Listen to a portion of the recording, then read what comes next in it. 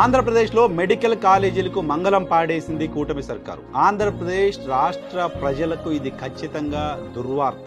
ఆంధ్రప్రదేశ్లో మెడికల్ విద్యను, వైద్యాన్ని పేదలకు దూరం చేసే కుట్ర ఇది. ఆంధ్రప్రదేశ్ కు కేంద్ర ప్రభుత్వం 17 మెడికల్ కాలేజీలను కేటాయించింది గతంలో. అందులో 7 మెడికల్ కాలేజీలని గత సర్కారు పూర్తి చేసింది. సో మిగతా 4 మెడికల్ కాలేజీలకు సంబంధించి కూడా అడ్మిషన్స్ తీసుకునే పరిస్థితి ఉన్నప్పటికీ వాటిని కూటమి సర్కార్ వచ్చిన తర్వాత అడ్మిషన్స్ తీసుకోకుండా పక్కన పెట్టేసింది లాంటి విమర్శలను ఎదుర్కొంటోంది. మెడికల్ కాలేజీ నిర్మాణం పూర్తయినప్పటికీ అక్కడ స్టాఫ్ ఉండడానికి సంబంధించిన క్వార్టర్స్ పూర్తి కాలేదనే కారణంతో ఈ ఏడాది మాకు అడ్మిషన్లు వద్దు అంటూ ఆంధ్రప్రదేశ్ రాష్ట్ర ప్రభుత్వం కేంద్రానికి లేఖ రాయటం చూసాం. ఏడాది కాలంలో పూర్తి కాని మెడికల్ కాలేజీలను పూర్తి చేయడం పైన దృష్టి పెట్టకుండా వాటిని పూర్తిగా పక్కన పెట్టేసింది కూటమి సర్కారు. వాటిని పూర్తిగా పక్కన పెట్టడం మాత్రమే కాకుండా ఇప్పుడు ఆంధ్రప్రదేశ్ ప్రజలకి మరొక ద్రోహం చేసింది. ఆంధ్రప్రదేశ్ ప్రజలకు చేస్తున్న ద్రోహం ఏంటంటే 7 మినహా మిగిలిన 10 మెడికల్ కాలేజీలని పీపీపీ మోడల్లో ప్రైవేట్ వ్యక్తులకు అప్పగించబోతోంది. ప్రైవేట్ వ్యక్తులకు మెడికల్ కాలేజీలను అప్పగించడం అంటే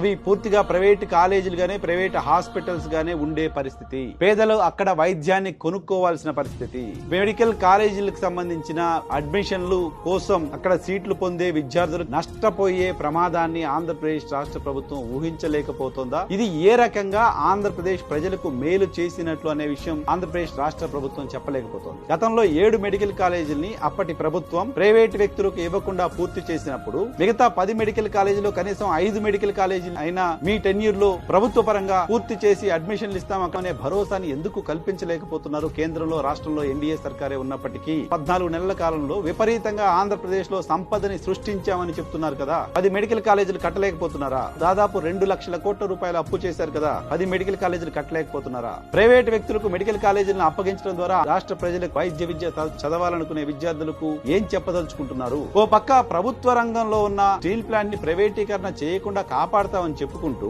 ప్రభుత్వం దగ్గర ఉండాల్సిన మెడికల్ కాలేజీని ప్రైవేట్ వ్యక్తులకు ఎందుకు ఇస్తున్నారు? ఈ డబుల్ స్టాండర్డ్నెస్ ని ఏ రకంగా సమర్థించుకుంటారు?